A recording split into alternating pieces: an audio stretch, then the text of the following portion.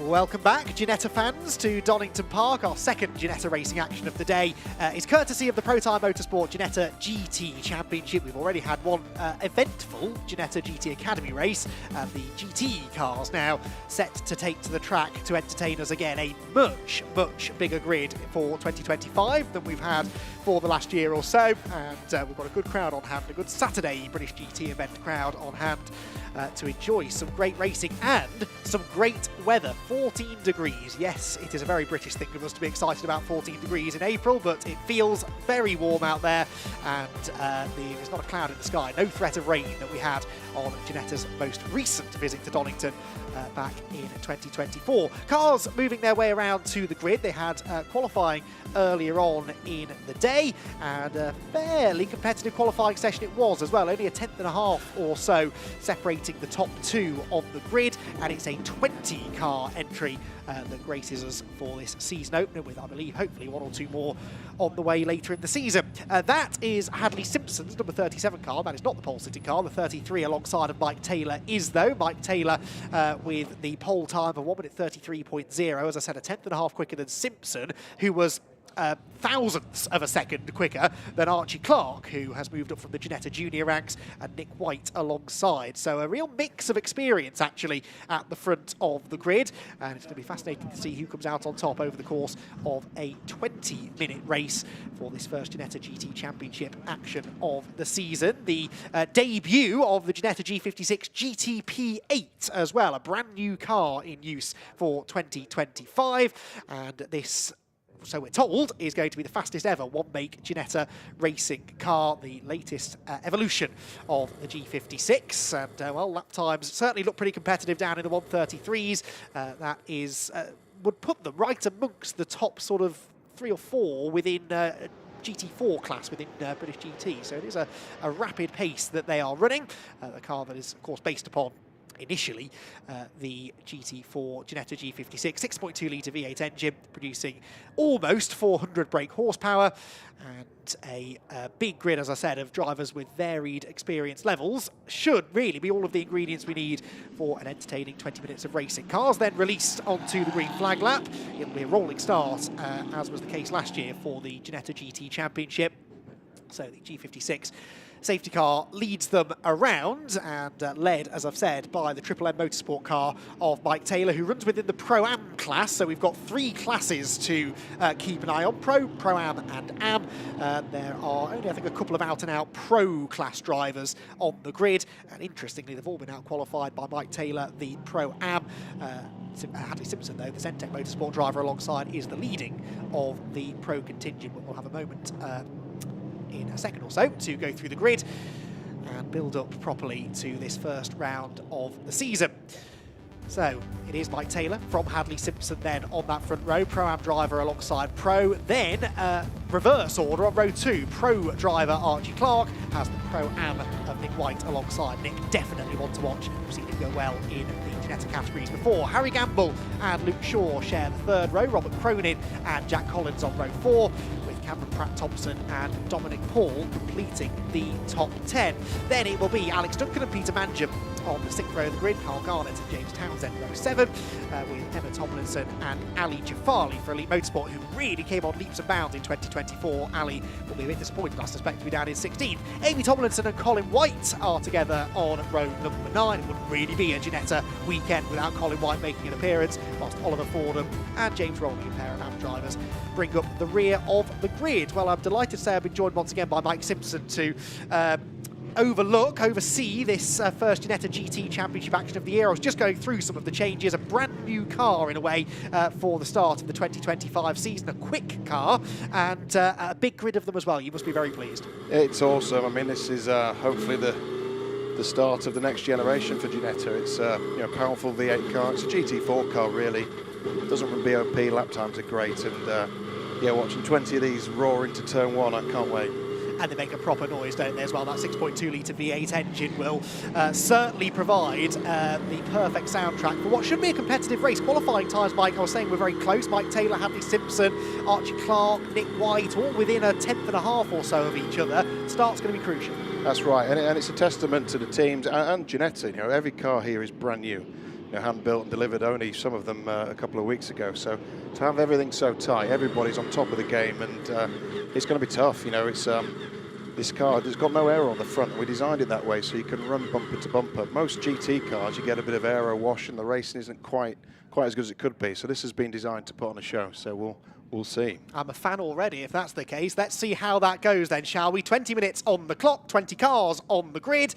And who is going to claim the maiden victory across all three classes in this first Protyre Motorsport Ginetta GT Championship race of the season? The red lights go out now, and off towards Redgate Corner they go. And it's not a good start for Taylor, so Simpson's already cleared him, and Taylor actually under threat from the second row start as Archie Clark to the inside, Nick White to the outside, but Mike Taylor manages to just about fend them off, at least on the way into the corner. So Hadley Simpson leads, exiting Redgate, down the Craner curves they go. They're 3 wide behind, somebody's on the grass, but just about they've all kept that relatively clean. I think we ride on board with Harry Gamble, who has got a road full of Ginetta in front of him. There's nowhere to go. He has to settle in line. On the outside line, Mike Taylor loses second and may yet lose more, because he's still, Mike Simpson, going to be on the outside line when he gets to the top of the hill. That was so tight. I mean, there were 4 abreast around there, and there's still bumper to bumper, Clark and Taylor.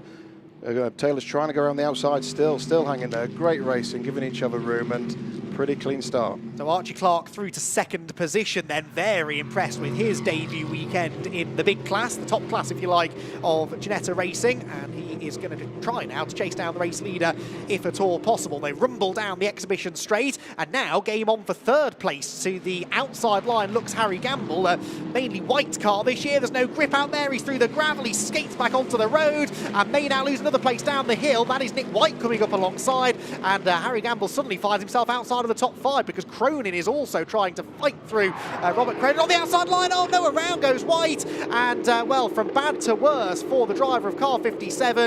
He looked as though he was maybe going to lose a place or two, and now, Mike, he'll be right at the back. It was. I mean, I think it was a little tap from Gamble, which just turned Nick White around, but unfortunate.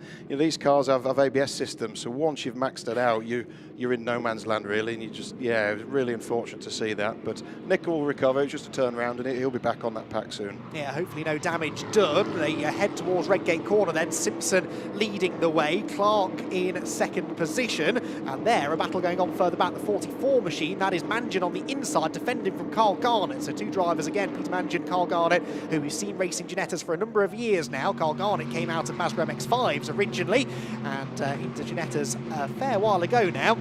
Had to play second fiddle on that occasion, though, to Peter Mangion, who hangs on to 11th place, but they are 4th and 5th, respectively, in the AM category. So Hadley Simpson leads. He is a pro driver. Archie Clark second, also pro. Taylor versus Gamble for Pro-Am. That could be an entertaining scrap, although Taylor now, after that moment for Gamble, has really scooted away in third.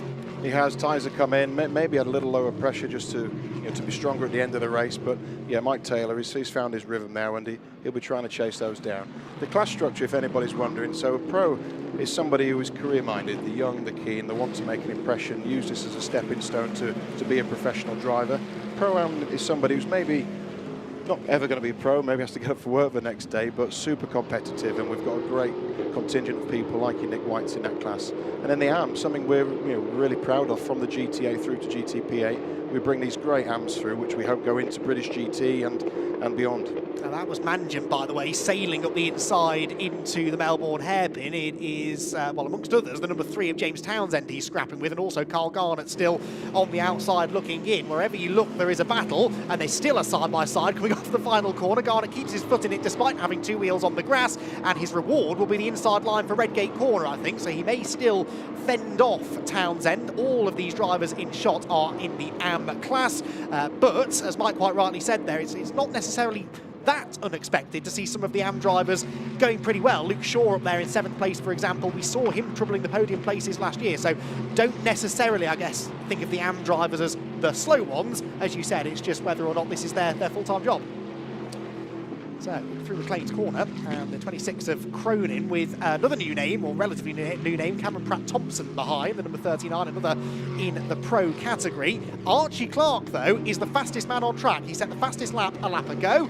He was 3/10 quicker than the leader. He's already halved that gap again on this lap, so only 6/10 between them as they head towards the Fogarty S's. There's confirmation of that fastest lap. Archie Clark is on a mission.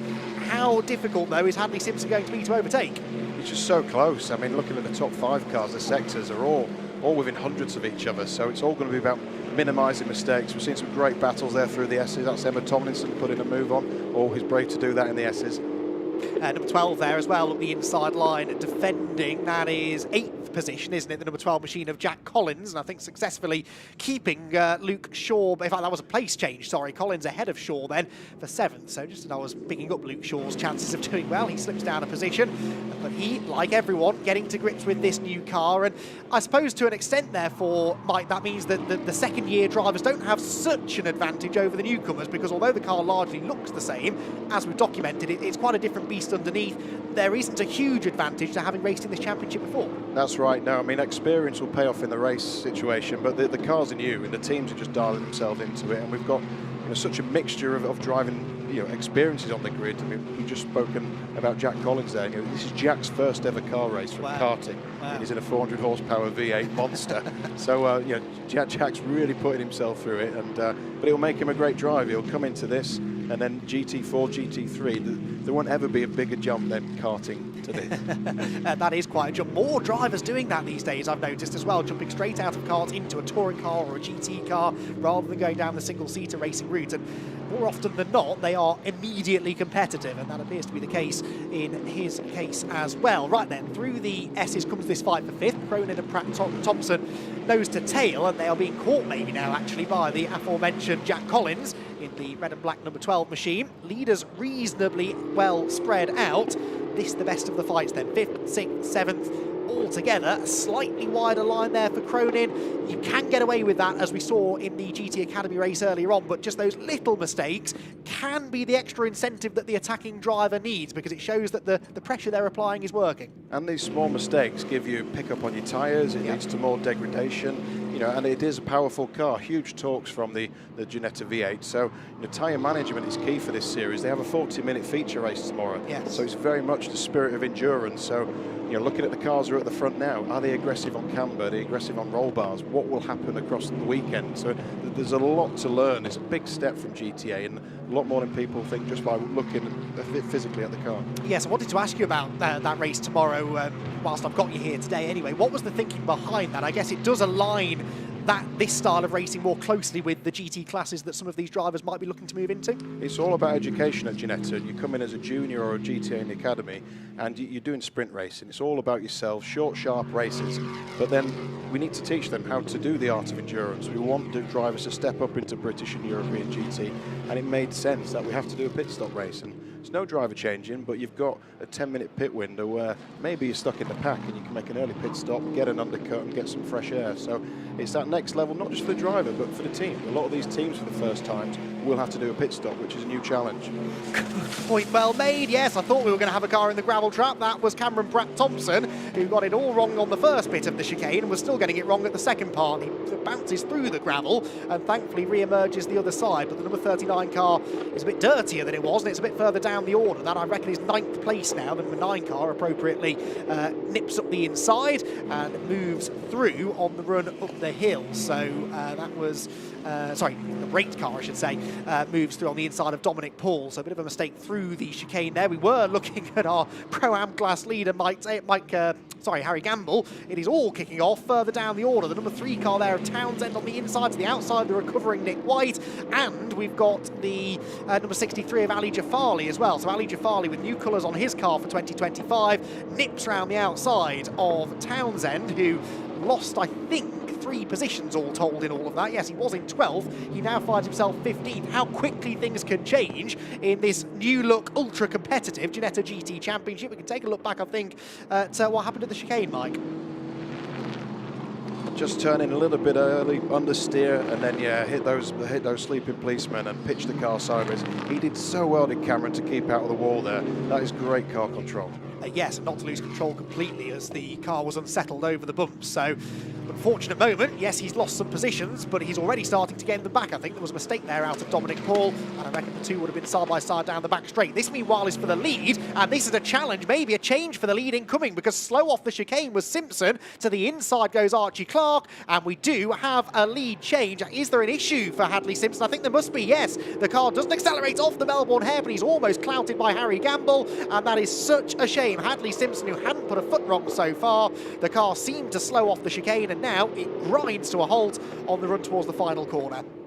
Got James rolling there as spinner. I think that's coming onto the back straight as well. Yeah, I think that's Coppis, isn't it, that he's gone around. So he gets going again, but well, sort of gets going again, and then a little bit too much right foot on the slippery grass, and he will have another go at getting going. Oh, as indeed as Hadley Simpson. That car now fires back up. So, and interestingly, Mike doesn't head for the pit lane. So usually that would suggest to me it's something electrical. Electrical, I mean, it could be as simple as catching the pit limiter button, or maybe a quick Control-Alt-Delete.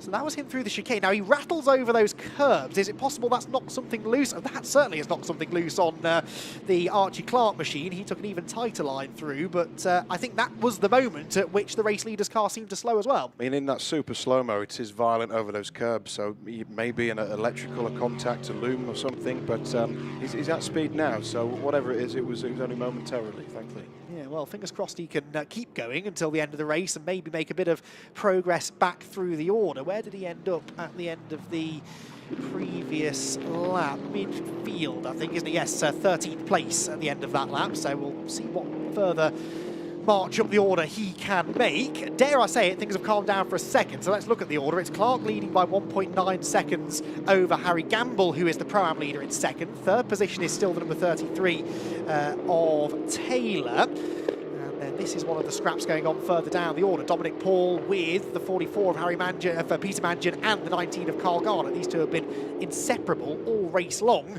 They continue their battle. There then are the leaders. Clark leads, Gamble second, Taylor third, then a small gap back to the yellow and white car of Cronin in fourth position, with Collins going after him in fifth place as well. So Collins moving, Jack Collins from eighth on the grid, moving through to fifth place mid-race. Then in sixth position we've got Luke Shaw, seventh for Pratt Thompson after his gravelly excursion, eighth is Dominic Paul, there the number 8 car, ninth position for Peter Mangian, and 10th position for Carl Garner. There then is Hadley Simpson, the car running well enough now seemingly, and he's already gained one position at the expense of the Pro-Am runner, number 27 of Alex Duncan, so he's moving back up through the field. Your class leaders, Clark leads in Pro, Gamble in Pro-Am, and Luke Shaw in the Am category. We've certainly crammed a fair amount of excitement into the first half of this race, haven't we, Mike? I know, I can't catch my breath, but it's great to see. You just see the cars are just starting to move around now. So, you know, the Pirelli tyre, it's had its peak. It had its peak in qual, and that deg's just coming in now. Bit of understeer for Luke Shaw and then laying some black lines down the straight. So,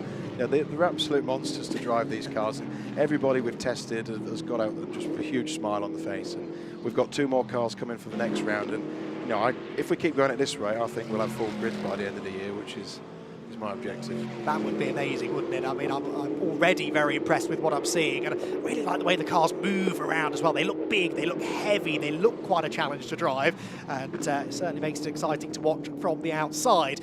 Right, second place battle emerges onto the main straight. This is also the fight for the Pro-Am lead, remember. Harry Gamble with the number 33 of Mike Taylor behind. Taylor, remember, started on pole position, so he'll be a little disappointed to be down in third position, but at least if he could salvage the class win, that would be positive to take out of this race. He's within a few car lengths of Gamble, but they're lapping so evenly, it's going to be difficult to make a move. That being said, Taylor was 3/10 quicker on the previous lap, so if he can keep building that momentum, maybe there is a way through. All about momentum here at Donington, isn't it? It's just one of those tracks, Mike, where you've got to get in the groove. Drivers always talk about being in the groove, getting into that rhythm, and it looks to me as though Mike Taylor is getting into it now. It's a special circuit. I mean, Sector 1, as we just see that shot there, looking down the craners from the top of the hill, there's nothing like it anywhere else in the world. It's all about flow, and it's very easy to overbrake a car like this with the powerful brakes, but you actually want to brake less, but for a little bit longer. Keep the balance on the front all the way in, so you can hit the accelerator really, really hard and get a good punch, because after every key corner here, we've got a straight. We have to get a good run down the straight. Yes, which, in fairness, Harry Gamble did there onto the exhibition straight, so he pulls the gap out ever so slightly. Taylor hops and skips over those curbs. Such a spectacular place to go and watch trackside. You get quite close to the track as well, up at the Fogarty S's. Colin White, meanwhile, takes a chunk of curb as well. He is battling away with, I think this is Emma Tomlinson, isn't it? Yes, for 15th overall, 6th in the Am class. They've got the number 3 of James Townsend not far behind. Colin White, Mr. Ginetta, really, isn't he, Colin? He keeps on coming back, and who can blame him, really, given the products that you are able to provide for him. But he is such a supporter of the Ginetta brand. Great to have him on the grid this year. I had a tin of beer with Colin last night, and yeah, he only took delivery of the car 3 days ago. Wow. And you know, that's not one car I'd want to see in my mirror, those big CWS stickers. I mean, Colin's 68 now. He must have done thousands of races. One of the most decorated British drivers, whether it's short ovals, long ovals, endurance racing. You know, Colin runs cars worldwide. He's an absolute legend. He is, and a pretty handy driver as well, it has to be said. Even after all these years, he is doing his best here to move up an extra position, but Emma Tomlinson, in fairness, not making this easy. Emma came on well, I felt, last year. She's in the AM class for this season, but I do expect her to be up there in these class podium positions before too much longer. She, along with quite a few drivers actually, really improved as last season went on. She did. Had a great relationship with James Littlejohn, who's a professional driver, and this year partnered with DTO, and they present a great car, and they're doing a really good job with Emma. You know, not just teaching her about performance driving, but engineering and making her technically more aware. It's a big jump, you know, for both Amy and Emma, who've come from, you know, no karting, not really interested in motor racing, and to have a go at GTA and then make a jump into cars of this speed, which are running at, you know, British GT4 times. Yeah. It's a huge step, and doing a great job. You know, keeping Colin White behind. That's not many people can do that. For how much longer, we'll wait and see. Although only 4 minutes and 20 seconds left in this race, it's flying by. Looks to me as though Archie Clark is starting to secure his grip at the front. He is now over 2 seconds clear of Harry Gamble, who I think is really prioritising now, keeping hold of that Pro-Am lead. He is just half a second clear of Mike Taylor. Here comes Colin White. Look to the inside of Tomlinson. Oh, just about gets the car stopped. Throws out the anchor. This opens the door as well for James Townsend. They're almost overlapping, all three of them, as they head up the hill, but White gets the advantage. We've seen that move several times already today across both Ginetta classes. As long as you get the car vaguely stopped for the apex, it seems to work.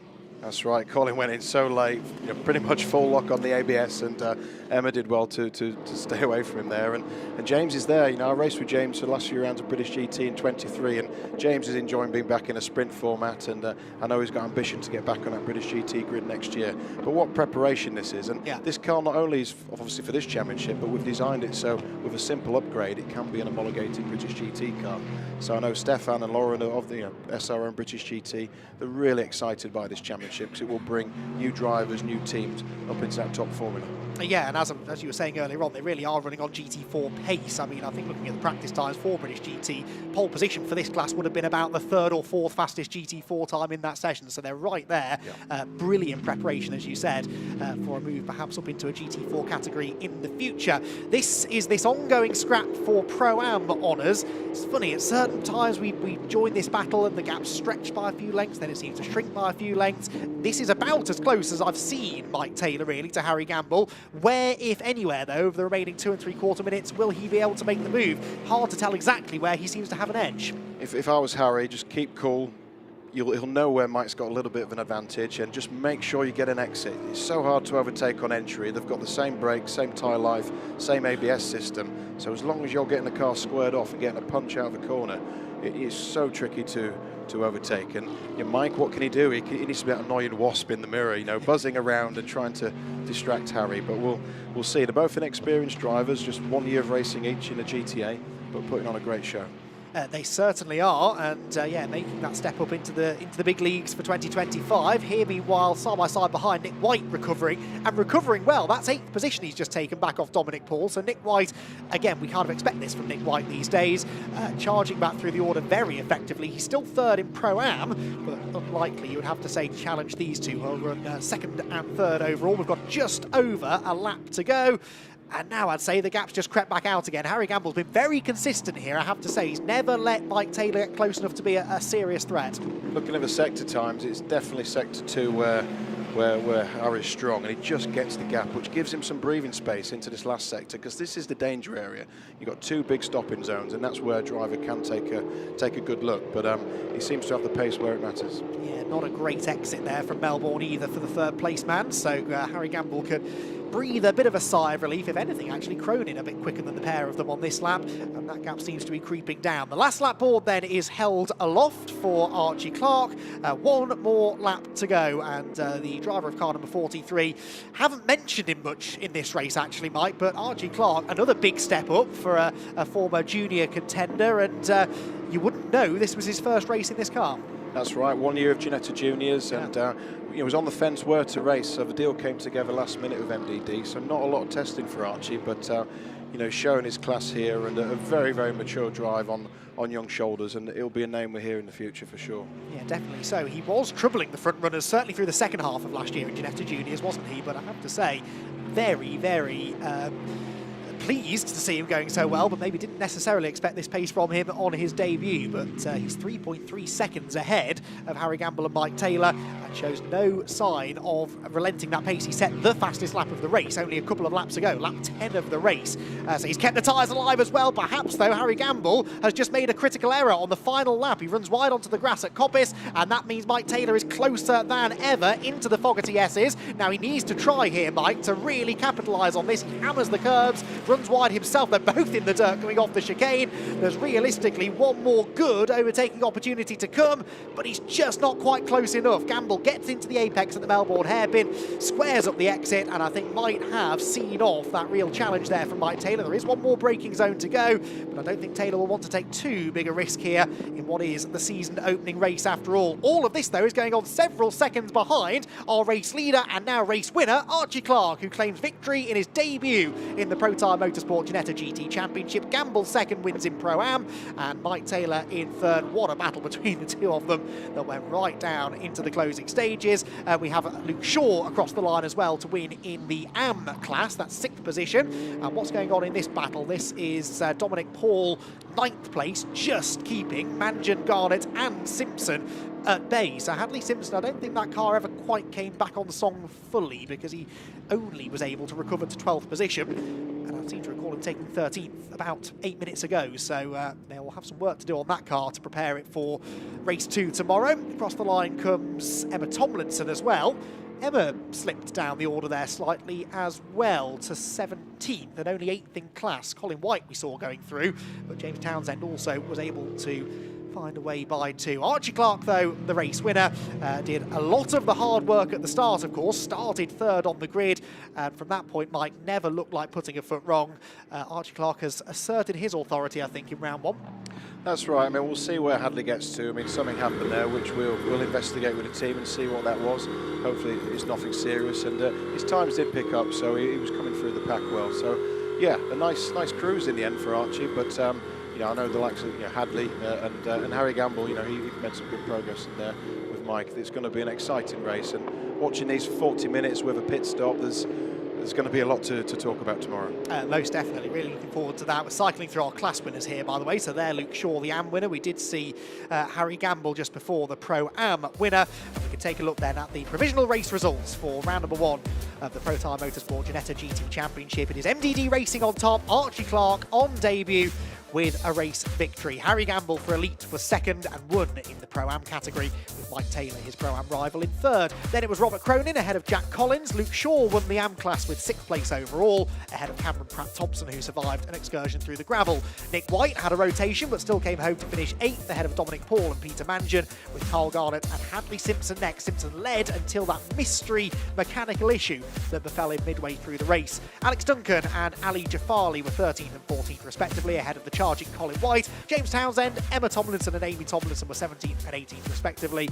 Then Oliver Fordham and James Rowling 20th and last of the finishers. Clark, Gamble and Shaw, your class winners in round number 1 of the Protyre Motorsport Ginetta GT Championship. An enthralling opening race of a new generation for the Protyre Motorsport Ginetta GT Championship saw initially Hadley Simpson grab the lead from pole sitter Mike Taylor. Simpson held on to that advantage for much of the first half of the race, with Taylor actually slipping to 3rd behind the charging Archie Clark. The former Ginetta Junior frontrunner was on a mission. There was drama further back for Harry Gamble. He tried the outside line into the chicane on Mike Taylor to take 3rd, but to no avail, ended up bouncing through the gravel trap and losing a handful more positions. It was a very lively first part of the race for Gamble. At the very next corner, he got into the back of Nick White and sent the 57 car spinning. Nick would eventually charge back to finish inside the top 10. Then there was more drama. Cameron Pratt-Thompson lost the rear of the car through the chicane. He too found the gravel trap, but thankfully was able to continue on his way. And as Archie Clark was applying pressure to the leader and taking chunks out of the tyre stack at the chicane, the race lead was about to fall into his laps, as at exactly the same moment Hadley Simpson's car coasted to a halt, exiting the Melbourne hairpin. Car 37 appeared to be out of the race, but did then fire back up, having narrowly been avoided by the second place man Harry Gamble. There was some great battles going on further down the order. It all got a bit too much though in the end for Oliver Fordham, who survived the spin. It was a win though for Archie Clark overall in his first appearance in the Protyre Motorsport Ginetta GT Championship.